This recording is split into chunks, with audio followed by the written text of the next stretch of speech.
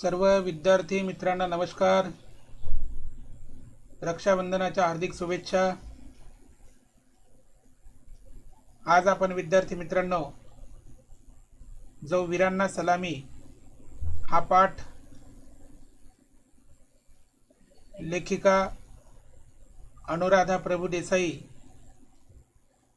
यांचा जो पाठ आहे, या पाठामध्ये सुद्धा लेखिका अनुराधा प्रभुदेसाई ह्या आपल्या भारतभूमीच्या सुपुत्रांसाठी, सैनिकांसाठी रक्षाबंधनाचा जो कार्यक्रम करणार आहेत आणि करत आहेत त्यांच्याविषयी माहिती सांगितलेली आहे. आपण मागच्या तासाला जो एक मुलगा आहे म्हणजे सैनिक त्यांच्या जवळ येतो आणि तो म्हणतो, तुम्ही माझ्या मावशीसारखे दिसतात. तेव्हा लेखिका म्हणते, तुझी ती मंगल मावशी आणि मी अणुमावशी. आपण मागच्या तासाला इथपर्यंत आलो होतो. आता आपण जो पाठाचा उर्वरित भाग आहे तो आता आपण अभ्यासूया.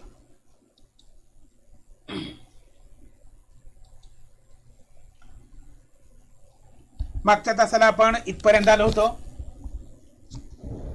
माझ्या गळ्यात पडून नंतर तो सर्वांना भेटला. जो सैनिक आहे तो सर्वांना भेटतो आहे. सगळ्यांच्या गळ्यात पडत होता. नंतर कळलं तो जो सैनिक आहे तो सर्वांना भेटतो. का भेटतो?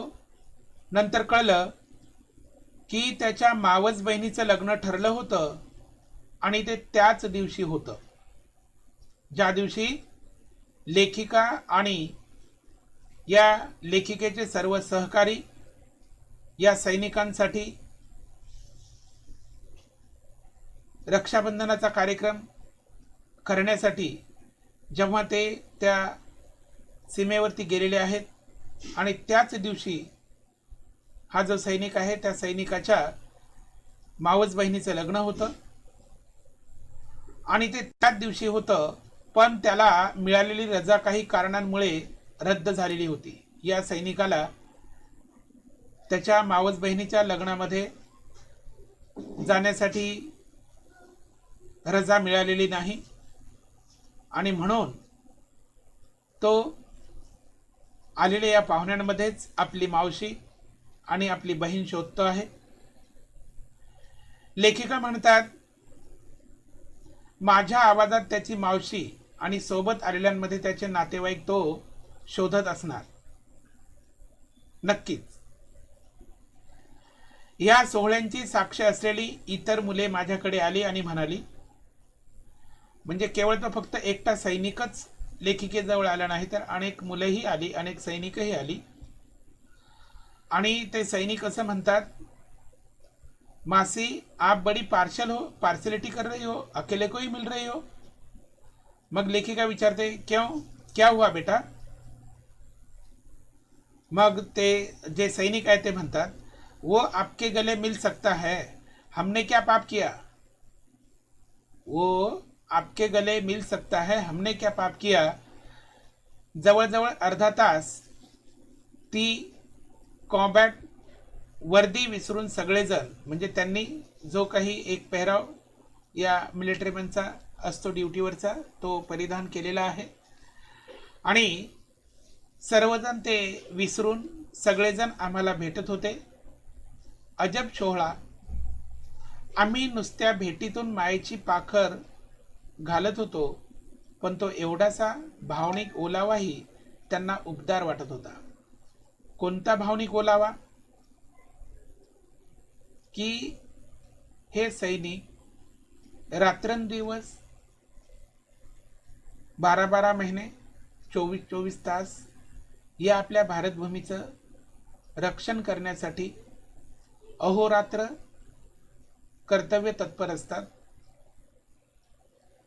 त्यांना केवळ पत्राद्वारे आणि आता थोडीशी मोबाईलची वगैरे सुविधा झाल्यामुळे ते मोबाईलवरती बोलू शकतात, व्हिडिओ कॉल्स वगैरे करू शकतात, परंतु प्रत्यक्ष आपल्या कुटुंबांना किंवा आईवडिलांना, मुलाबाळांना भेटू शकत नाही. आणि मग अशा प्रकारचे जे काही सण उत्सव वगैरे आहेत, हे फक्त त्यांच्या कॅम्पमध्येच ते साजरे करू शकतात. प्रत्यक्ष आपल्या नातेवाईकांबरोबर करत नाहीत किंवा करू शकत नाहीत. आणि लेखिका आणि लेखिकेंचे हे जे काही सर्व सहकारी आहेत, हे सीमेवरती गेलेले आहेत. आणि सीमेवर गेल्यानंतर त्यांना एक जे प्रेम, माया, लळा जो काही मिळालेला आहे, आणि त्यांना एक विशेष वाटतं, आणि हाच जो काही भावनिक ओलावा आहे त्यांना तो उबदार वाटत होता. लेखिका पुढे असं सांगतायत, त्या सगळ्या खऱ्या त्रात्यांना रक्षण करणारे, रखवालदार, काळजी घेणारे, काळजीवाहू कोण? भारतभूमीचे सुपुत्र सैनिक. त्या त्रात्र्यांना राखी बांधून बाहेर पडलो. त्यांच्या हातात बांधलेल्या राखीच्या धाग्यांच्या बंधनात आहे मी कायमचे गुरफटलो. भावा बहिणीचं पवित्र नातं ज्या बंधनात बांधलं जातं ते रक्षाबंधन. आणि लेखिका अनुराधा प्रभू देसाई म्हणतात की त्यांच्या हातात बांधलेल्या राखीच्या धाग्यांच्या बंधनात आम्ही कायमचे गुरफटलो. बीज अंकुरत होतं, धुमारे फुटायला थोडा अवधी लागणार होता. एकमेक हे जे आहेत बहीण भावाच्या तर पवित्र या नात्यामध्ये बांधलेच होते. आता मात्र धुमारे फुटायला थोडा अवकाश होता. प्रवासातील शेवटच्या टप्प्यात कारगिल आणि मग द्रासला जायला निघालो. लेखिकेचा शेवटचा जो प्रवासाचा टप्पा आहे कारगिल आणि द्रास, येथे त्या सर्व आपल्या सहकार्यानिशी जायला निघालेल्या आहेत. तेव्हा कारगिलमध्ये शिरताना लागणाऱ्या एका पुलावर एक सैनिक तैनात होता. तेथे त्या पुलांवरती काय होता? एक सैनिक तैनात होता. आमच्या 4 गाड्यांची तपासणी चालू असतानाच मी त्याच्याशी गप्पा मारत होते.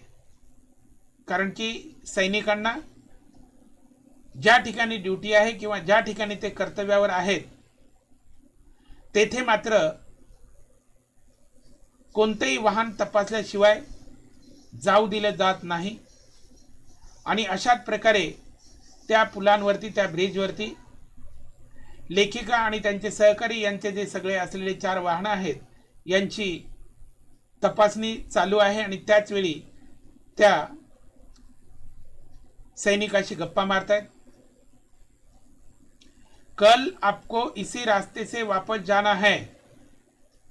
तो सैनिक लेखिकेला म्हणाला, कल आपको इसी रास्ते से वापस जाना है,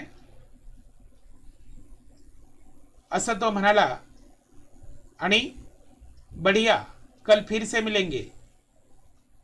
नहीं, कल मैं नहीं रहूंगा. मेरा बड़ी होगा, मतलब मेरा साथी. लेकिन आपको कारगिल में किसी भी चीज की जरूरत पड़े तो यहाँ जरूर आना. मग लेखिका त्याला म्हणतात, ओके बढ़िया, कल मिलेंगे. तो म्हणतो, कल हम नहीं मिल सकते क्योंकि कल मेरी ड्यूटी नहीं है. कल मेरा बड़ी यानी मेरा साथी होगा. लेकिन आपको जो भी जरूरत रहेगी, कोणत्याही गोष्टीची जर आवश्यकता वाटत असेल तर तुम्ही इथे येऊ शकता आणि भेटू शकता. लेखिका म्हणतात, आम्ही ठरविल्याप्रमाणे, योजल्याप्रमाणे, नियोजनाप्रमाणे कार्यक्रम आटोपून दुसऱ्या दिवशी संध्याकाळी त्या पुलावर आलो. तर तोच बच्चा उभा होता. म्हणजे तोच जवान, भारतभूमीचा सुपुत्र त्या पुलांवरती रक्षण करण्यासाठी तत्पर होता. आणि तोच मुलगा होता किंवा तोच सैनिक होता जो लेखिकेला आदल्या दिवशी भेटलेला होता. मग लेखिका असं म्हणतात, अरे तू परत आलास? आणि ह्या प्रश्नावर तो हसला आणि म्हणाला, मैं गया हूं कहाँ था, मैं गया ही कहाँ था. मेरा बड़ी बीमार है इसलिए मैं कल से यही हूं. मी गेलोच कुठे? मैं गया ही कहाँ था, मेरा बड़ी बीमार है इसलिए मैं कल से यही हूं. तो असं म्हणतो, माझा जो साथीदार आहे तो आजारी असल्यामुळे मी कालपासून इथेच आहे, मी गेलेलोच नाही. आणि जवळजवळ 36 तास तो मुलगा तिथेच उभा होता. आता आपल्याला विचार करायला पाहिजे, 36 तास सैनिक खडा पहारा आपल्या भारत देशासाठी देत असतात, रक्षण करत असतात. आणि आपण मात्र या देशामध्ये काय चालू आहे, कशा पद्धतीने लोक वागत आहेत, कशा पद्धतीने एकमेकांशी कसे व्यवहार करीत आहेत, हे जरासं थोडंसं केवळ फक्त विचार करण्यासारखं नाही, तर त्यावरती गांभीर्याने उपाय शोधणे आजच्या काळामध्ये गरजेचं आहे. अरे तुझा बडी आज पण नाही आला तर? मग लेखिका त्या सैनिकाला विचारतात, तुझा साथीदार आज तरी नाही आला तर? हं, आज नाही आला तर काय? माझ्या 10 ते 5 ह्या ड्युटीच्या चौकटीत हे 36 तास उभं राहणं बसतच नव्हतं. म्हणजे आपण बघा ना, ठरवून 10 वाजता ऑफिस, एखादे ड्युटीला जाणारे लोक असतील, 10 वाजता ऑफिसमध्ये गेलात की 5 वाजता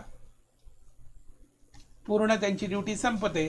बस 10 ते 5 ही ड्युटी केली की घरी जायला मोकळे.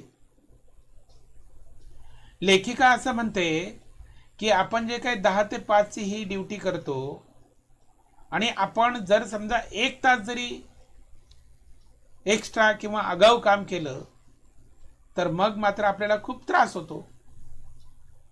पण हा जो सैनिक आहे हा 36 तास एका जागेवरती सारखा उभा आहे. आणि मग लेखिका केवळ फक्त विचारच करतात, पण तो सैनिक हंसून म्हणतो, मैडम कोई बात नहीं, वो ठीक होने तक मैं यहाँ खड़ा रहूँगा, चाहे और 2 दिन भी क्यों न लगे. अहो केवळ फक्त 24 तासच नव्हे किंवा 36 तासच नव्हे मैडम, अगर वो 2 दिन भी नहीं आ सकता है तो भी मैं यहाँ खड़ा होकर भी मैं यहाँ मेरी ड्यूटी करूँगा. मी केवळ फक्त 36 तासच नाही तर माझा मित्र, माझा सोबती जर अजून 2 दिवस जरी नाही आला पुढील, तरी मी मात्र इथे खडा पहारा देणार. आणि हे इतक्या सहजतेने तो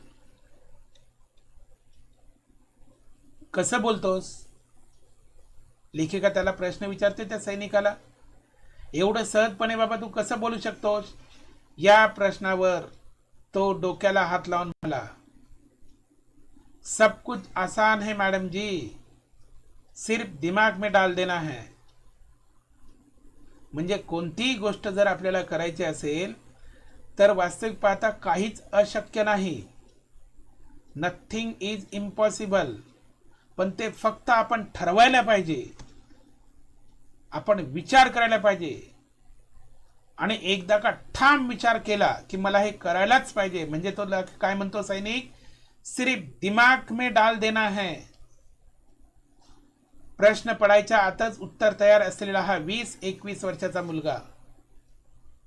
म्हणजे लेखिका प्रश्न विचारणार, विचार करणार, काय विचारायचं इतक्यात मात्र त्या प्रश्नाचं उत्तर त्या 20-21 वर्षाचा असलेला तो सैनिक, त्याच्याकडे त्याचं उत्तर तयार आहे.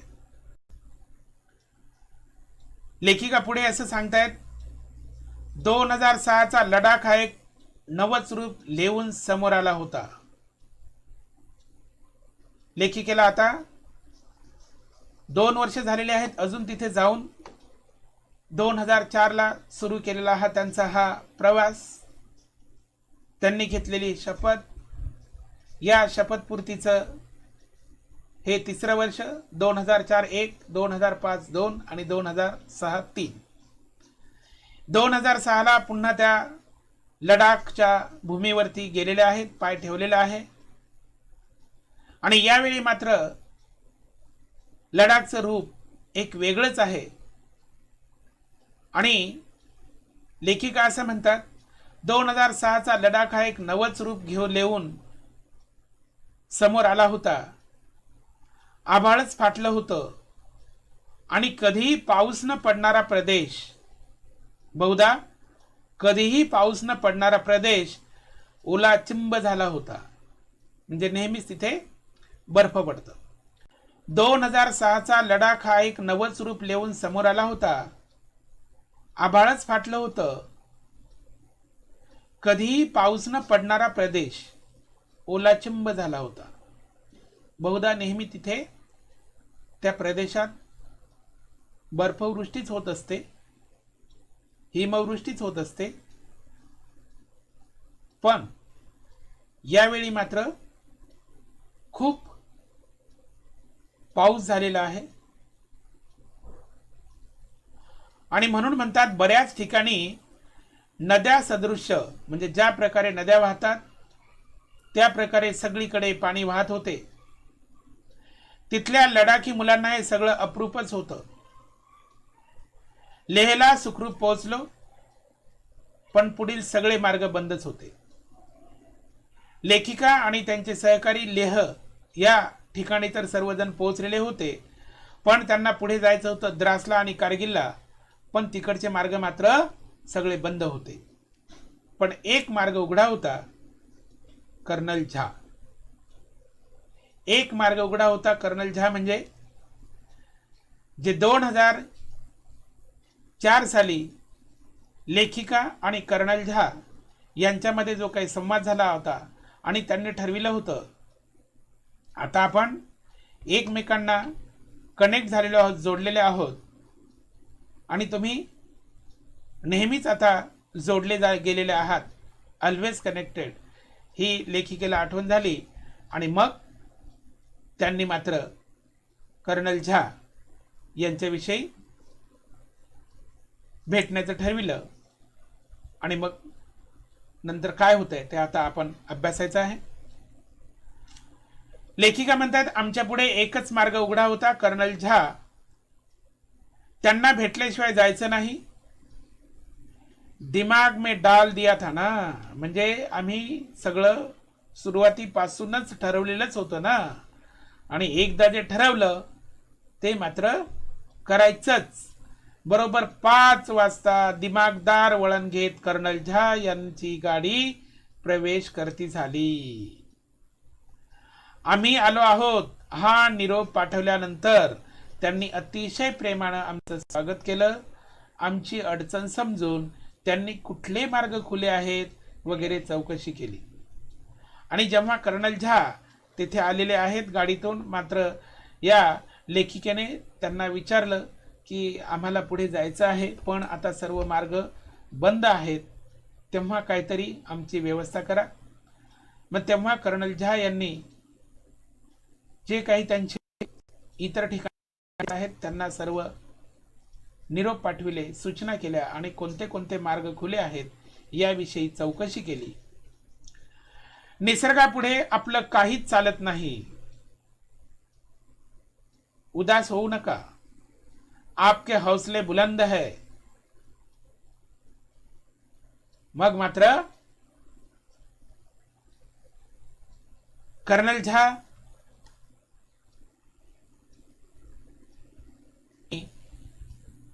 इतर ठिकाणी चौकशी केली आणि मग असं म्हणतायत, निसर्गापुढे आपलं काहीच चालत नाही.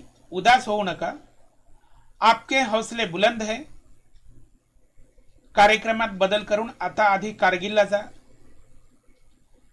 लेखिकेनं कर्नल झाला सांगितलेलं होतं की आम्ही द्रास या ठिकाणी जाणार आहोत आणि नंतर कारगिलला जाणार आहोत. पण कर्नल झा असं सांगतात की कार्यक्रमात थोडासा बदल करा. आधी तुम्ही कारगिलला जा. 2 दिवसांनी तुम्ही येईपर्यंत सगळे रस्ते मोकळे होतील. आणि अशा प्रकारे त्यांनी सांगितलेलं आहे. हॉटेलवर पोहोचल्यावर आमचे उजळलेले चेहरे पाहून सगळ्यांच्या मनातील मळब दूर झालं. जो काही थकवा आहे तो दूर झाला. कर्नल झा यांच्या सूचनेप्रमाणे आम्ही आधी कारगिल द्रास या ठिकाणाकडे निघालो. कारगिल द्रास येथील Vijaystambh, Tololing, three peoples, Batra top, tiger hills आता अगदी परिचयाचे वाटू लागले. तेथील सैनिकांना भेटून झाल्यानंतर जड अंतकरणानं पुनरागमनायचंय म्हणजेच पुन्हा इकडे यायचंय. पुनरागमनायचंय म्हणजे पुन्हा इकडे यायचंय म्हणत परतीच्या प्रवासाला निघालो. रात्रीचे 10 वाजले होते. आता तासाभरात लेहला पोहोचू. उद्या कुठे जायचं याची आखणी सुरू करू. अचानक गाडीला आणि आमच्या विचारांना करकचून ब्रेक लागला. लेखिका आणि त्यांचे साथीदार सर्व कारगिल द्रास येथील Vijaystambh, Tololing, three peoples, Batra top, tiger hill आता अगदी परिचयाचे वाटू लागले.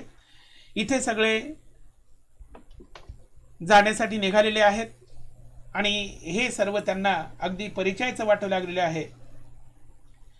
तिथे असलेल्या सैनिकांना ते सर्व भेटलेले आहेत. आपलंच कोणीतरी आपल्यापासून दुरावत आहे, परक होत आहे अशी त्यांच्या मनामध्ये जाणीव झाली. आणि लेखिका म्हणतात की जड अंतकरणानं आम्ही तिथून निघालेलो आहोत. पण हे ठरवून निघालेलो आहोत की परत आपल्याला इथे यायचं आहे. रात्रीचे 10 वाजलेले आहेत आणि आता तासाभरात लेहला पोहोचू. जी त्यांची राहण्याची व्यवस्था झालेली होती तिथे पोहोचलेले आहेत आणि तिथे गेल्यानंतर आखणी करतायत, ठरवतायत की उद्या कुठे जायचंय. आणि असा विचार करत असतानाच अचानक गाडीला आणि आमच्या विचारांना करकचून ब्रेक लागला. थंडीमुळे चेहरे झाले होते. 3 जण टॉर्चच्या प्रकाशात भयान वातावरणाला अधिक गडद करत आम्हाला परत जायला सांगत होते. 3 जण जे आलेले होते संपूर्ण काळे वस्त्र धारण केलेले होते, चेहरे झाकलेले होते आणि अंधारामुळे फक्त ते टॉर्च दिसत होत्या. आणि ते सांगत होते की तुम्ही पुढे जाऊ नका, कारण लेखिका आणि त्यांचे जे काही सहकारी होते यांना ज्या पुलावरून जायचे होते, खलसेचा पूल, हा पूल तो कोसळलेला होता आणि बाहेर सगळीकडे अंधार पसरलेला होता. केवळ अंधार नाही, मिट्ट काळोख होता. रस्ते दिसत नव्हते, एकमेकांचे चेहरे दिसत नव्हते आणि अनोळखी रस्ता, सोबत 10 तरुण मुली. रस्ता बंद, माघारी जाणं अशक्य, पुढे जाणं दुरापास्त. कसं जाणार? रात्रीची वेळ आहे, मागे जायचं, मागे जाऊ शकत नाही, पुढे जायचं, पूल कोसळलेला आहे, काय करायचं? रात्रीची वेळ आहे, सोबत 10 तरुण मुली आहेत, करायचं काय? आणि एकच आधार वाटला तेव्हा लेखिका म्हणते आर्मी पोस्ट. जिथे आता हे आर्मीचे जे नौजवान आहेत त्यांच्या कॅम्पवरती जायचं. पुढे केवळ 500 मीटरवर आर्मीची ट्रॅफिक चेक पोस्ट होतं. TCP म्हणजे ट्रॅफिक चेक पोस्ट असं त्या 3 जवानांनी किंवा 3 जणांनी सांगितलं. मग भाई साहब, हमारे 34 लोग का परिवार आपके हवाले करते हैं. सिर्फ TCP तक जाने की इजाजत दीजिए. अगर कुछ बात न बनी तो हम वापस आ जाएंगे. आम्ही त्या तिघांसमोर सपसेल शरणागती पत्कारली आणि ते 3 जण होते त्यांना विनंती केली की भाईसाहेब, आम्ही 34 लोक आहोत, आम्हाला त्या TCP पर्यंत, ट्रॅफिक चेक पोस्ट पर्यंत जाण्यासाठी परवानगी द्या. जर समजा तिथे काही व्यवस्था झाली नाही तर मग मात्र आम्ही परत जाणार, परवानगी द्या. आणि लेखिका या त्या तिघा जणांना परवानगी मागते आणि विनंती करते. गाडीतील प्रत्येकाच्या चेहऱ्यावरची भीती लपत नव्हती. सर्वजण मात्र घाबरलेले होते. आम्हीही धैर्याचा मुखवटाच चढवला होता. तुम्ही गाडीतच बसा, आम्ही आत्ता येतो, असे सांगून आम्ही गाडीतून खाली उतरलो. टीसीपीवर पोहोचलो. भीती आणि थंडीमुळे थरथरणाऱ्यांना आम्हाला गरम पाणी देऊन सैनिकांनी उबदार स्वागत केलं. आम्ही त्या बर्फाळ प्रदेशामध्ये थंडीमुळे हात थरथरत होते आणि मग सैनिकांनी आम्हाला गरम पाणी दिलं आणि आमचं स्वागत केलं. रात्रीचे 10:30 वाजले होते. लेखिका असं म्हणतात, खूप खटपटीनंतर कर्नलला फोन लागला आणि समोरून आवाज आला, अरे कैसे हो आप? मी तुमच्याच फोनची वाट पाहत होतो. चिंता करू नका, माझा एक बंदा म्हणजे माझा विश्वासू माणूस तुमची त्या युनिटमध्ये राहायची सोय करेल. माझा एक बंदा येईल, तुमची त्या युनिटमध्ये राहायची सोय होईल. उद्या मी संपर्क करतो. अशा प्रकारे कर्नल जहानी लेखिकेला दिलासा दिलेला आहे, धीर दिलेला आहे. आता आपण फक्त विचार करू शकतो की सैनिकांवरती असलेली ही जबाबदारी आणि परिस्थिती काय आहे. प्रचंड पाऊस आहे, बर्फाळ प्रदेश आहे, पूल तुटलेले आहे, येण्या जाण्यासाठी सगळी रहदारी बंद आहे. आणि अशा परिस्थितीमध्ये या सैनिकांना रक्षण करायचं आहे, आपली जबाबदारी पार पाडायची आहे. आज आपण विद्यार्थी मित्रांनो इथपर्यंत थांबूया. यानंतरचा जो उर्वरित भाग आहे तो आपण यानंतरच्या तासाला अभ्यासूया. तेव्हा आपली रजा घेतो. धन्यवाद.